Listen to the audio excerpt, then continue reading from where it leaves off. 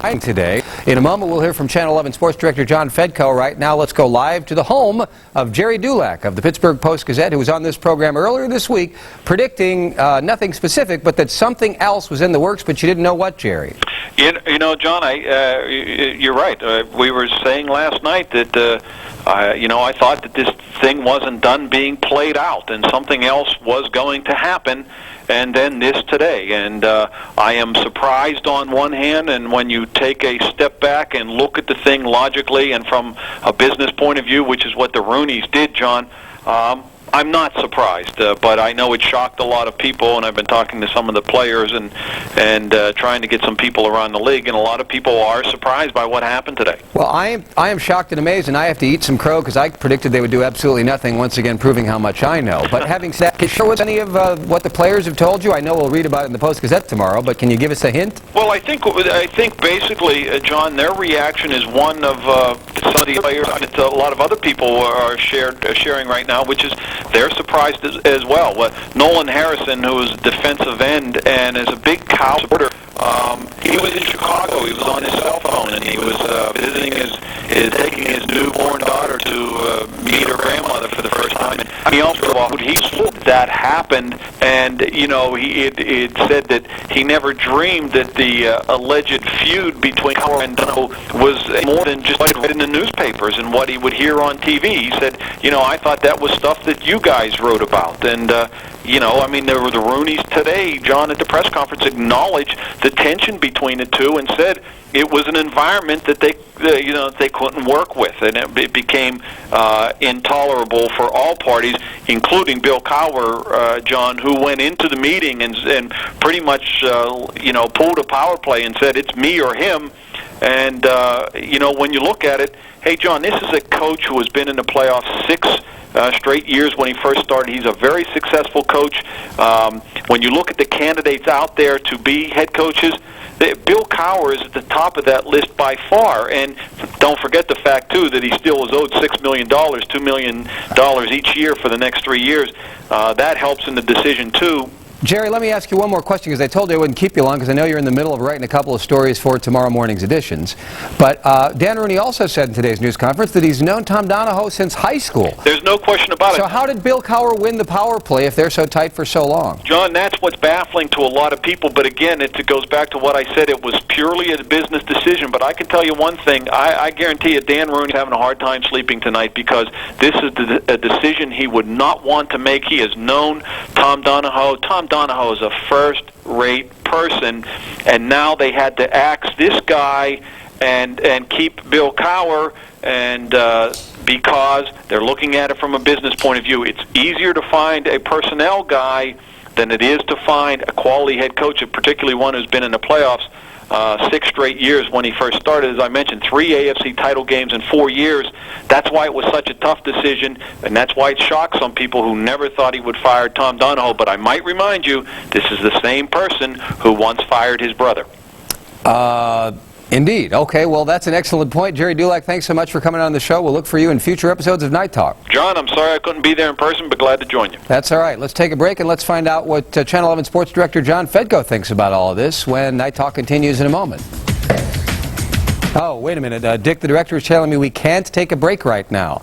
Once again, the superior technology of the Pittsburgh Cable News Channel overrules actual common sense programming. Is that true that we cannot take a break now, Dick? Well, not too much. We can? Okay, let's take a break. We're breaking now. Give us a break. Back in a moment. The official transportation provider of Night Talk is Pittsburgh Limousine. Whether Ladies and gentlemen, I'm told because of the superior technology, technically speaking, of the Pittsburgh Cable News Channel, that the first 30 seconds of the program that actually didn't get on the air, but that's par for the course at this bucket of bolts rat trap we call a TV station. However, I assume you got the general, hey, we're going to black. I assume more evidence of what I am speaking of. I assume that you got the news that Tom Donahoe, Director of Football Operations, has resigned. We just talked to Jerry Dulac about it from the Post-Gazette. Here is Channel 11 Sports Director Jon Delano. I'm by this. Are you not? You called it on your show? Yeah. I want to give myself a little pat in the back, too. I was calling this all last week that one of them would be gone. One of them would be fired. And at that point, I said 50-50. Now, I thought it would be Bill Cowher, in my opinion. But as the weeks got on, and especially after what happened on Tuesday with the announcement that Cowher was going to be back, I still thought that Donahoe could be gone. Now, I am not surprised at all that this happened. No? I'm not surprised that one of them is gone. Now, again, I'll be honest with you. When the Steelers called us at 10 after 5 today and said there's a press conference, I thought it was Cowher. I thought Cowher was going to resign. This is all. How do you think Cowher won the power struggle? Well, first of all, is it what Dulac said, which essentially is that it's easier to find somebody who does what Tom does than it is to find a new head coach who's as good as Cowher? First of all, I just want to say that Dan Rooney deserves an awful lot of credit just for having. There's a word I want to say, but I won't say it. Yeah. To make a very tough business decision for him. He is much better friends and works at a more personal level with Tom Donahoe than he does with Bill Cowher. But he let Tom Donahoe go because he knows that Bill Cowher, his potentially has shown to be one of the better coaches in the National Football League, and Dan Rooney knows that he can get a better player personnel man than Tom Donahoe in here, and that man is Tom Modrak. Now, Tom Modrak has been with the Philadelphia Eagles for the last 2 years as their director of football operations, what Tom Donahoe's been doing here. However, Modrak was with the Steelers for 20 years, from 1979 until 1998. And for 9 of those years, Tom Modrak was the director of college scouting. And for those 9 years that Modrak was the director of college scouting, it was Modrak who was producing the incredible drafts that led the Steelers to the Super Bowl in 1995. He brought in Levon Kirkland, Joel Steed, Chad Brown. He's the guy who brought in the young talent. Remember, Donahoe was the director of football operations, was in charge of everything, getting free agents. Of course, Donahoe did pull off the big Jerome Bettis deal, but it was Tom Modrak who we can thank for those drafts. And I don't think, John, that it's a coincidence that when Modrak left in '98, we've had 2 bad seasons and things have gone downhill. Now, look, it's cyclical in the National Football League, okay? But in my opinion, Dan Rooney and Art Rooney II, his son, sat down and closed doors and said, look, if we fire Bill Cowher, we're going to have a hard time replacing him. If we fire Tom Donahoe, we got a guy we can go out and get that we think's better, and that's Tom Modrak. He's been with the organization for 20 years before he left for the Eagles a couple of years ago. Let's go get him. I am here to predict on this show that Tom Modrak's going to get this job, and the Steelers are going to do everything in their power to get Tom Modrak out of that Eagles contract. But that's a problem, John, because Tom Modrak is under contract with the Philadelphia Eagles. He's had problems with Eagles ownership because they're meddlesome. However, Eagles ownership, I think right now, is going to call Tom Modrak probably tonight and say, we love you, Tom. You're the man. We don't want you to go anywhere, because he is turning that Eagles program around. So, Carnell Lake was quoted in the paper this morning, in Ron Cook's column, I think, as saying he knows the Steelers have salary cap problems, but in his view, other teams manage a better job of keeping their better players longer, despite the fact that everybody's got salary cap problems. Whose fault is that? Is that the Rooneys? Is that Donahoe? Is that one reason you think they gave him the axe? I think it's all of the above. However, I think it has to come down to Tom Donahoe, because he's the guy who was in charge of player personnel. Look, I've been very critical of some of Tom Donahoe's moves, specifically not signing Yancey Thigpen, but the owner at that time, Dan Rooney, said we're not going to pay $4 million to a receiver. But they lost Yancey Thigpen, a guy I think they could have kept. They lost Leon Searcy, one of the best tackles in the league, a guy I think they could have kept. Now, they may not have been able to keep Chad Brown, but maybe through some kind of creative financing they could have. But Chad Brown is one maybe they couldn't have kept. But there were some blunders, I think, that were made by Tom Donahoe. But the bottom line is that the drafts have not been very good the last few years, and I just think that Modrak is the perfect fit here. I think a lot of things went into this decision, John. What Jerry and I talked about, the fact that Bill Cowher would be difficult to replace. But I think that one of the major factors they decided to say Tom Donahoe's gone is because they want Tom Modrak. They think there's a guy out there who is better. This was strictly a business decision made by the Steelers, and if they get Modrak, John, I think it was a great one. I think it was a great one. First of all, there's no way that Cowher and Donahoe could have worked together. I've been saying that for 2 weeks. No, I'm not saying that Dan Rooney was listening to me, but if some plebe like me is saying it, okay, some goofball sportscaster, that the two guys can't work together, just from the information I know, they're down in the office saying, these guys are 2 huge egos, which you have to be in this business. But when 2 huge egos don't like each other and don't talk to each other, it's detrimental to the organization. One of them had to go. If the Steelers can get Tom Modrak, a Pittsburgh guy, graduated from Indiana University, raised his family around here for 20 years. I think this is going to be a brilliant move by Dan Rooney. And that's a big if. If they don't get Modrak, there's not a lot of the big-name guys out there. There's Charlie Casserly, the guy who was fired by the Redskins, but he's going to get the job at Houston in their new expansion franchise. So I think the Rooneys are going to do everything in their power to get Modrak. Thanks for advancing the story, sir, and we'll look more from you 10 o'clock on PCNC and 11 o'clock on Channel 11. Yes, and on 11:30 on the Fedco Phone Zone. Jerry DePaul and on 11:30 on the Fedco Phone Zone with Jerry DePaul of the Tribune. Where you would have heard this story 2 weeks ago. Right. In some form or fashion. Back in a moment with Free for All Night. Stay with us on Night Talk on the Pittsburgh Cable News Channel. Night Talk is sponsored in part by Highfield Open MRI, the strongest open magnet in Pittsburgh.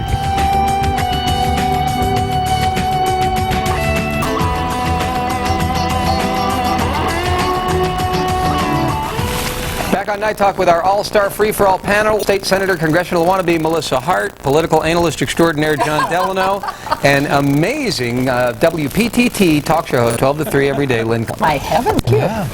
I'm honored to be in the presence of greatness such as that of yourselves. We're surrounded by WPTT talk show hosts. Yes, I'm a fill-in WPTT. Oh, all right.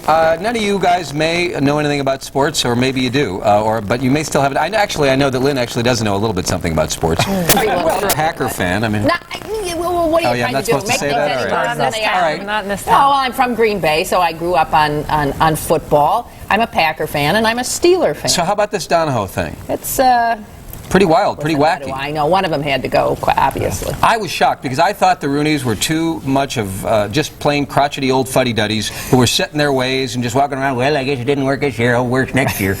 So I was wrong. I was totally wrong, and I must eat crow on the air. I have to admit I'm surprised. I sort of thought they'd let Cowher go, if you want to know the truth. Mm-hmm. Or that Cowher would resign in a huff or something. If that's possible. I am a bit surprised because of, I guess, Donahue. Is it Hugh or Ho? Donahoe. Why do people you know what's always weird? say Hugh Right, there's Mark Madden says Donahoe, this radio sports guy. And today, as I understand it, Rooney said, I've known him since high school, but he called him Donahue. He's known the guy since high school, and he mispronounces his name. It's Donahoe. Yeah, because he's your neighbor. He's a neighbor. Tom is a neighbor Not anymore, of mine. he's not. He's going to, for sale signs going up. Our value in our neighborhood will what? Well, I don't know. Go down? No, Go down. Not having Having a the famous GM there. person. I'll lose value of my house. Did you go knock on his door, sniff around, see what you could find out, John?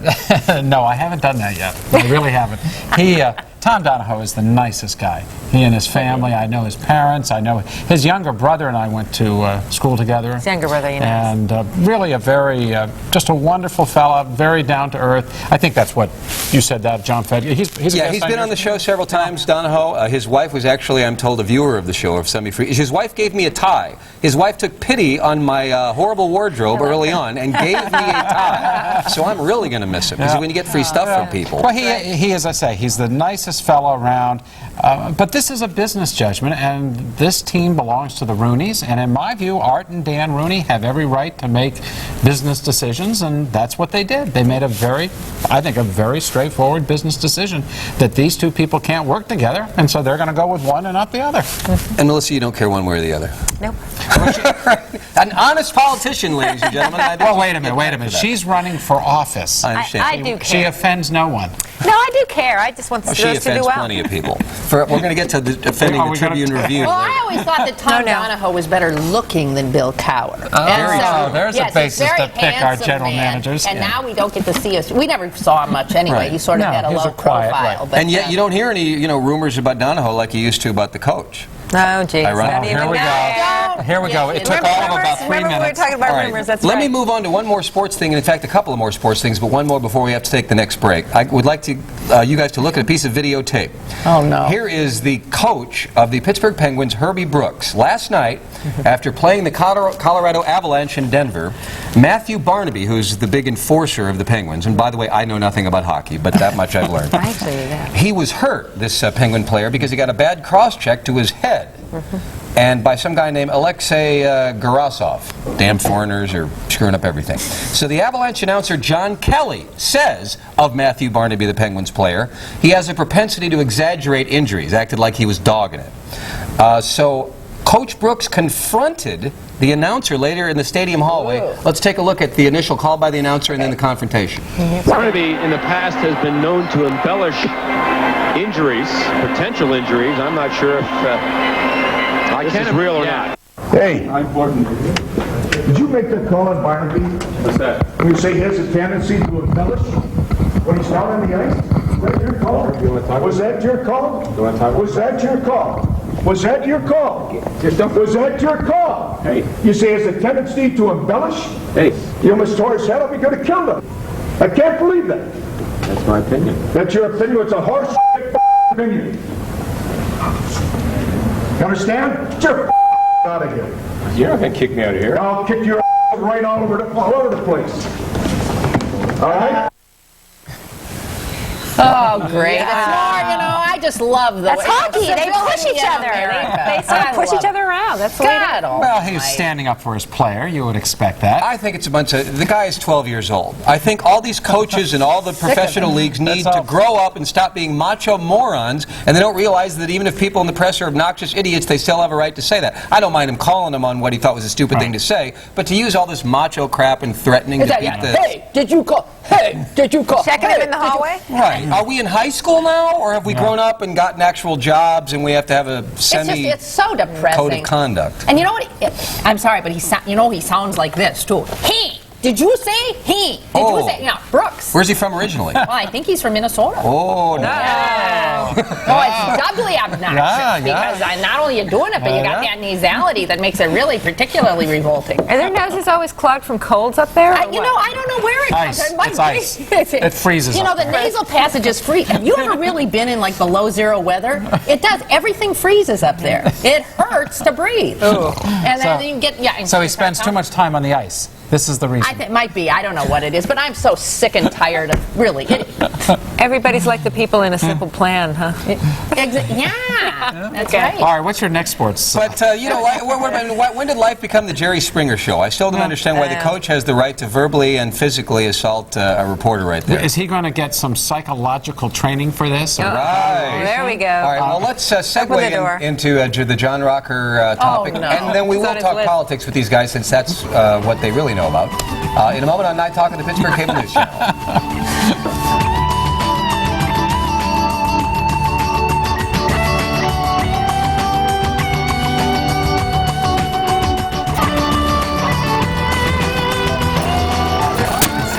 Back at Night Talk on Free for All Night with State Senator Melissa Hart, congressional wannabe, political analyst Jon Delano, and amazing WPTT talk show host.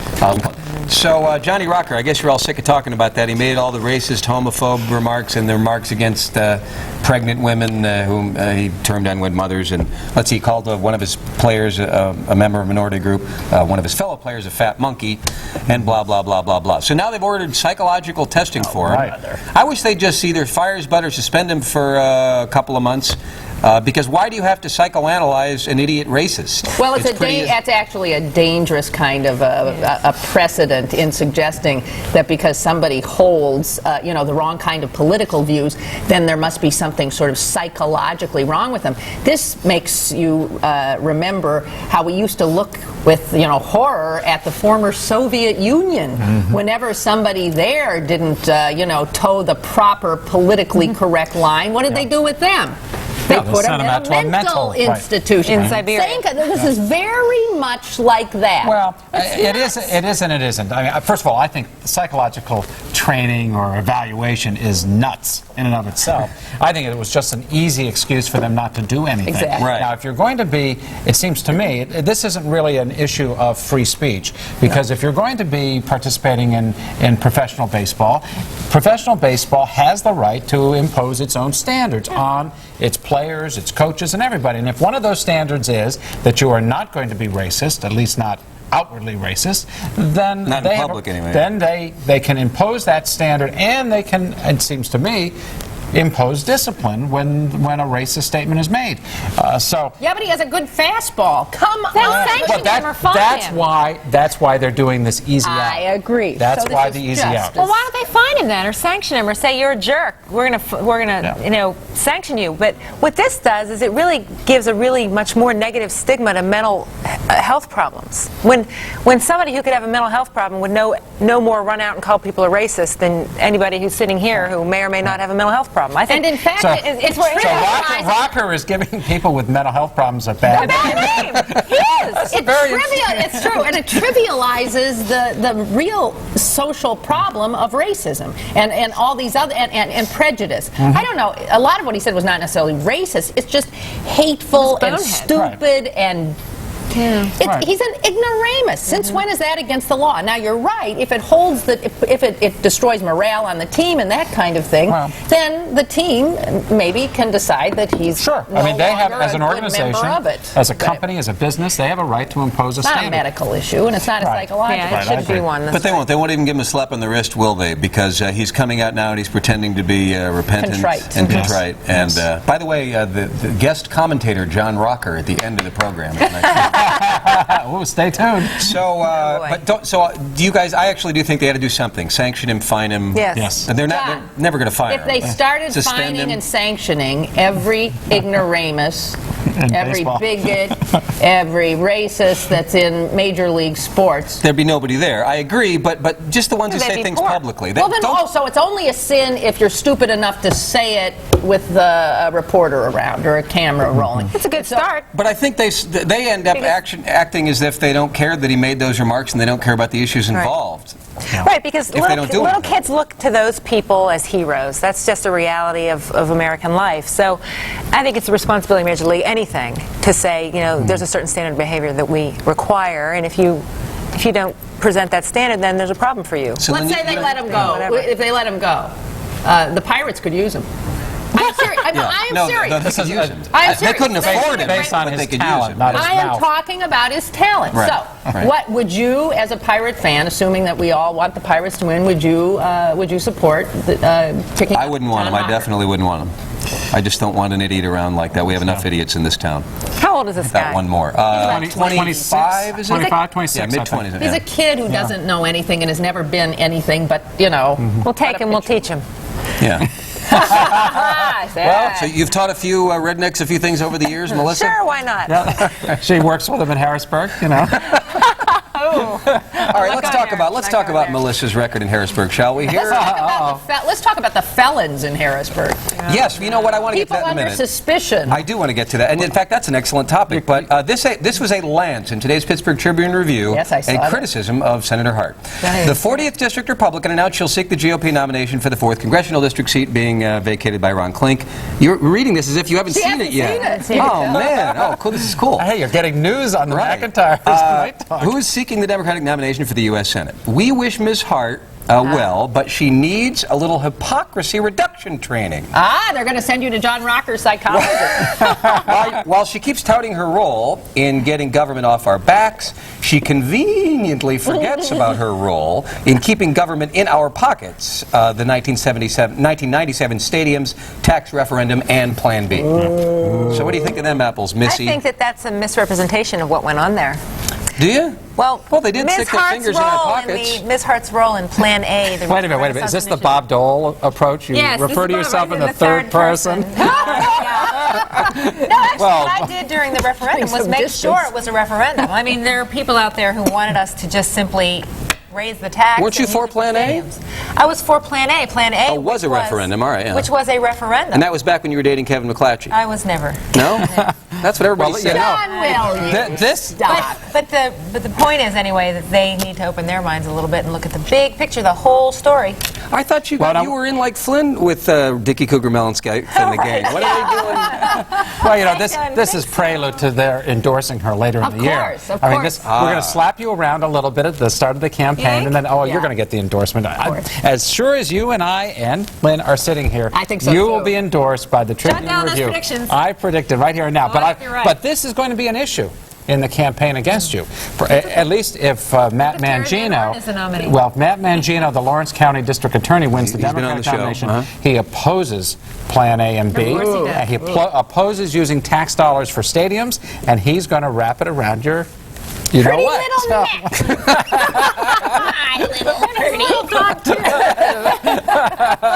All right, I think I'm melting. Let's take a break, and when we come back, we will investigate these alleged felons in the state legislature with our panel. Stay with us.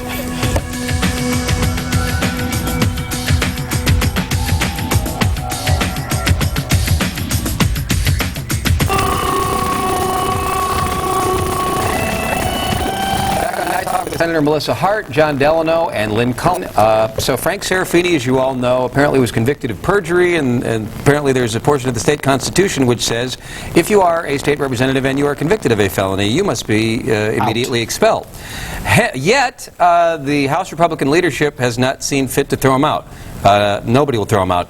Attorney General Mike Fisher is calling for him to leave. But today the Post-Gazette editorialized against the governor for not taking a strong stand and making sure that they throw Serafini's butt out. Right. So this has become, well, this is a real embarrassment, I think, to the House Republicans. Now, let's separate. Melissa's in the state Senate. Yes. And as far as I know, the state senators have not been involved in this. She's embarrassing on a whole other level.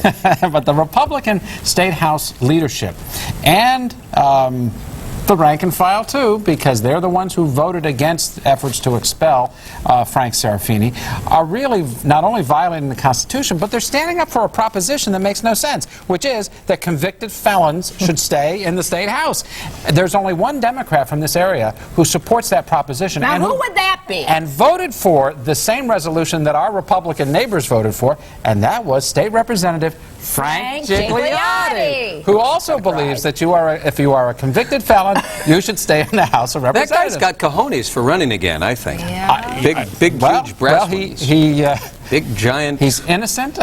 Innocent until proven guilty, John. Yeah, that's right. But as you guys read the state constitution, and I really haven't read the state constitution, yes, you do that all the time. On a regular basis. But my point is, even he may win on appeal, I suppose, although I doubt it. But you're supposed to get rid of him anyway. If he's convicted, he's out. Here's why. Because you know, and I know, Melissa's a lawyer, you can tie this up in court for years and years and years on appeals. That would mean that you essentially, once convicted, could stay in office forever. Yeah. And so of what point is the state constitution if you apply that interpretation? The interpretation, it seems to me, is the one that the Attorney General, Mike Fisher, also a Republican, has taken, which is, once convicted, you're out. Hey, are these the same Republicans who are all about, getting tough on crime and that people should take responsibility for their own actions and all this stuff? I mean, it is just so astonishingly... That's the thing. It's not the party. Hypocritical. It has nothing to do with the party. It's the institution. It's the people. It doesn't matter. Serafini could have been a Democrat or a Republican. It doesn't matter. It's How the guys out of touch can they be? They've been in office for a long time. They feel like they are not the same as you or anyone else. The rules don't apply. Yeah, it's a Let's ask the senator, do you support the Attorney General in this or the House Republican leaders? Yeah. In fact, I have a very good friend who's a member of the House, who's also a Republican, who called me and said, I don't want to vote to keep this guy. And I said, then don't vote to keep this guy. And actually, he was one of the guys that broke with the Yeah, there were about 6 Republicans who voted against. No, I think it's outrageous. So you're with Fisher? Oh, yeah. Oh, very much so. And in fact, we had that happen in the Senate, where we had Bill Stinson, who was a senator, who was, had the problems with the votes, the La Nueva Forma de Votar, where they went and talked to the Spanish-speaking. It was the Spanish-speaking people in Philadelphia. Yeah. They told them there was a new way to vote. That's what that means. You knew this. And it basically convinced these people that they could vote by absentee ballot, and somebody else did vote for them. And this guy Stinson got in. He resigned. He ended up leaving. He was removed and replaced by someone else, by a judge, because of the crimes that he committed. Well, and the fact is there's a precedent even in the House. 20 years ago, Democratic legislators did the same thing, convicted of crimes, and the House leadership, the Democratic leadership, stalled for a little bit, but eventually they had to flip-flop because of the public According pressure. to the Post-Gazette editorial today, 6 times in history somebody's been convicted of a felony, and on all other 6 occasions they've either resigned or been removed. Well, the dirty little secret here is that what the House Republicans are trying to do is to postpone postpone the date on which Mr. Serafini resigns. Now, why are they doing that? Because if they wait until after the 4th of February, they can schedule a special election at taxpayer expense. Instead of scheduling the special election to elect a successor on the same date of the primary, which is April 4, they'll schedule it for, you know, June 1st or some other day. Where no one will come out to vote. Thinking that only their Republican voters will come out to vote and a Republican will be elected. That's the dirty little secret. Well, I don't think that's the reason. I think the reason isn't because they think they're going to be able to control the vote at that time. I think the reason is because they want to have a majority during this budget season. And they will have a majority during budget season if they can keep But even if it goes, they have a majority, don't they? They have a two vote. It's very close. And what you find during the budget is there's a lot of horse trading. And in the House, there's already a lot of horse trading because it's so narrow. That's why Ralph Kaiser, Harry Reid Shaw, Dave Marinick, 3 Democrat House members around here, get stuff for their districts because they vote with the Republicans. Leadership. Let's take a break, and when we come back, I want to ask Senator Hart about this really cool perk I hear they have, where you can get like $600 a month to lease a car, and they still give you mileage. Oh, that's old news. Is that? Well, it's new to me. Well, they can also fly to Harrisburg. No way. Not in the Senate. It's a House. The official transportation provider of Night Talk is Pittsburgh Limousine, the one clear choice in transportation.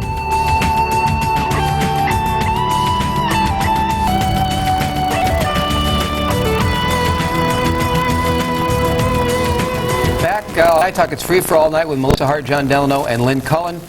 So Melissa straightened me out on some of the facts that I may have had wrong. But apparently, if you are a member of the House of Representatives, you can get up to at least $600 a month $650 in order to lease a car, and they'll give you mileage. So they give you the car. You get to drive the car around, then you get to put in for mileage. I don't know the exact rule. But How absurd is that? It's a lot more generous than the Senate. You make money. You actually. But I mean, how? Don't you just get mileage if you drive your personal car? Isn't that the whole point? That's the way it should be. It's outrageous. And what do you need $650 to lease a car? Right. Well, you can see what some of these folks What do they drive? Some of them are driving Lincolns. Mercedes SUVs or something. Now, do they get to keep the change if they lease a $400 car? Do they get to keep? All right, you only get what? So the incentive is to lease the most expensive car. Sure. Unfortunately, that's true. And speaking of what about in the Senate? Lease cars? We can. And what do you do? I lease and I claim miles that are business miles, just like I would if it was my car. You're driving some piece of crap, Edsel or something. It's a Pontiac. A Pontiac, yeah. Speaking of leased cars, one of the leased cars is reportedly or allegedly involved in a death. Yes, a hit and run. County Representative he's accusably or allegedly been involved in a hit and run which killed the guy. Think that wow. Yeah, Melissa's right. There's been no charges leveled yet. Right? No, there haven't. These are just... Certainly he's implicated in the investigation. This guy was hit and killed. All of a sudden, lo and behold, Representative Drews goes to some place outside Philly and has his leased Jeep at taxpayer expense, has a bunch of fun of it taken care of, and then as soon as it's repaired, turns the leased vehicle back in. They can't find... They don't even know where the Jeep is anymore. Parts of it. He was... Cover up. He was seen in Harrisburg. There's all sorts of things that certainly cast suspicion.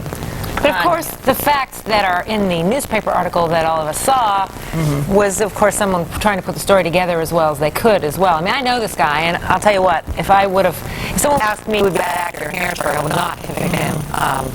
It's very bad. Actor as a perpetrator or actor as an acting? Bad guy. Okay, yeah. Bad guy. Just like hang out with cops or something. He perhaps would, yeah. No, I mean you. Yeah. You use that terminology. You got it. What's wrong with you legislator? You're killing people, you're wasting money, you're taking bribes, you're committing perjury.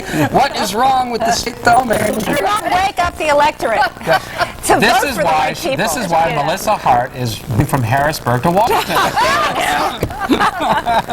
No. Seriously, though, I mean, you do. It looks like it's a pretty bad run of legislators. I mean, some of these people look like they're in trouble, pretty serious trouble, and they shouldn't be there if they're, entrusted with, the people's opinions and business. 6 of the 7 are Republicans. which I find, I personally think they're bad apples in both parties. This seems to be a little higher percentage on the Republican side, 6 out of 7. They're just more, well, but not in the House. There's only 3 more of them than there are of the Democrats. And it comes at a very difficult time because this battle this year for control of the state House hinges on 2 seats. If 2 seats switch Republican to Democrat, the Democrats will have control of the state House. And why is that important? Well, for one reason, the General Assembly that's elected this November will redraw all these congressional districts that Melissa is running in, and everybody else. If the Republicans lose the majority, then the Democrats will gerrymander the districts in an unbelievably ridiculous way. And vice versa. And vice versa. Right. All right. So what about, because we haven't got that much time left, the county council, they're a bunch of nutty kooky cut-ups, Keystone cops. They can't elect a president, but Tom Forrester is still dead. So he's no longer a factor. I guess they'll have to replace him with a North Side Democrat from Forrester's district. Not necessarily North Side. It could be from downtown Lawrence or Highland Park. Or Millvale. The mayor of Millvale. I understand the mayor of Millvale is interested in being the councilman, county councilman. So how the heck long is it going to take for these guys to get the first order of business done? They've been working to broker an agreement. I mean, you've heard Dr. Sims be forwarded as a compromise candidate, and perhaps that can happen. I mean, when we drew up the law that said, you know, this is how many council people there are going to be, we made sure there was an odd number, so this wouldn't happen. Unfortunately, you know, we forced with the problem. And I think it's a little unfair to blame the other 14 county council members for the fact that Tom Forrester was unable to participate. No, but you can blame them for being bickering people who can't come to a consensus. On other issues, but this is on this issue they can't pick a president. They can't pick a president. They can't pick a president. You can blame the Democrats on the council for getting behind probably the least qualified one among them, namely Jumpin' Johnny DeFazio, who may in fact be a nice guy. I keep hearing he's a nice guy. And he wears cool glasses. And with wonderful glasses. But good heavens. Yeah. Well, you have 7 of the 9 Democrats. 7 of the 9 participating Democrats voting for John DeFazio. 2 of the Democrats have benefited because there's been a 5-person block, a unified block of Republicans who have voted together as one in Eileen Wagner. So, you know, let's put the bipartisan supported candidate in there. Well, does Eileen Wagner have an 8th vote? Not that I know of. Yeah, well, and that, of course, is the dilemma this Tuesday when they will be voting again. You'll have, I understand, at least one more vote with Eileen Wagner and John DeFazio as the candidates, a 7-7 tie, and then I understand Mr. DeFazio is going to withdraw his name. And let's hear it for Jumpin' Johnny. And then the question is, then they can have another vote. They can have another vote, and it could be 7-7 again, 7 for Dr. Sims and 7 for Eileen Wagner. Well, she needs to withdraw. She is being an obviously, Eileen out, and Jumpin' Johnny out. I mean, obviously, this isn't going to happen for you, okay? And you need to So you want a unanimous vote for Jim Sims? Absolutely, and that's what they need to do. Stop this nonsense. All right, case closed. In 60 seconds, should we send that Gonzalez kid back to Cuba or not? Yes. Of course. Why is anyone even trying to keep that poor kid here? It's because it's a horrible dictatorship and we can't send the kid back to Cuba. Hello, family values. What about his dad? This is politics. Sickening. The Cuban-American population in Florida is an exceedingly important vote in the next presidential race. That's why you have George W. Bush and Al Gore both saying the same thing, which essentially is not to send the kid back. I can't tell you how many Democrats I have heard have said Al Gore lost their vote this week. Oh, because he's in favor of keeping the kid here? And I'm one of them. How about that? Forget it. So you're a Bradley person now? Yeah, well, I don't know, but I'm not a Gore person. I was undecided. Be careful. She could turn into a Bush person.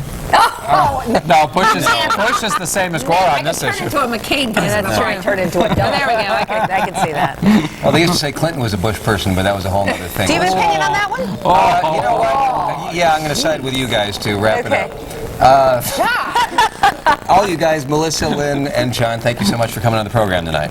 Hey, coming up, commentary with guest commentator John Rocker. Stay with us.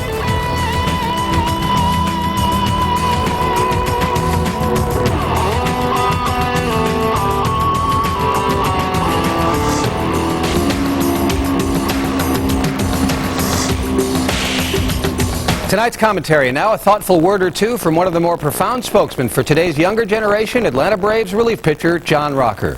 Howdy hi there, friends and neighbors. This your tobacco-chewing, venom-spitting, back-slapping buddy, John Rocker. I don't know if you've heard or not. I have repented. I am no longer the evil, racist, mean-spirited, homophobic bastard that I was just a week ago. Hell, I've been hanging out with all sorts of Negroes. I spent a few minutes with Hank Aaron. Did you? Of course not, because I'm a big-time athlete and you're just some AIDS-ridden queer watching bad cable TV. Wait, strike that. That ain't the new part of me. It ain't part of the new me. The new me is inclusive. I am a sensitive individual. In fact, I'm announcing the official John Rocker Reach Out to the Homos campaign. Yes, sir. Be a compassionate conservative. Take a queer for a beer. Just don't drink out of the same glass, if you know what I mean. Really, though, the damn homos ain't so bad after all. Once you get past their effeminate demeanor and limp-wristed gestures, you'll find out they're almost human. Kind of like an ugly dog or something. But hell, like my daddy always said, just because a dog's ugly don't mean you can't let him sleep in the barn. And so, I'm announcing the construction of the new chain of halfway houses, John Rocker's Beds in the Barn for queers with AIDS. Yes, sir. At prime locations throughout rural America, I plan to construct a home away from home for these homely homos who ain't fit to sit in the subway. Things work out, I may even expand to the John Rocker Beds in the Barn for unwed pregnant sluts who ain't fit for polite company. And hell, if that works, I may go even so far as to build John Rocker's Bed in the Barn for foreigners with cooties who don't belong in this country in the first place. Frankly, I ain't so sure about the last one.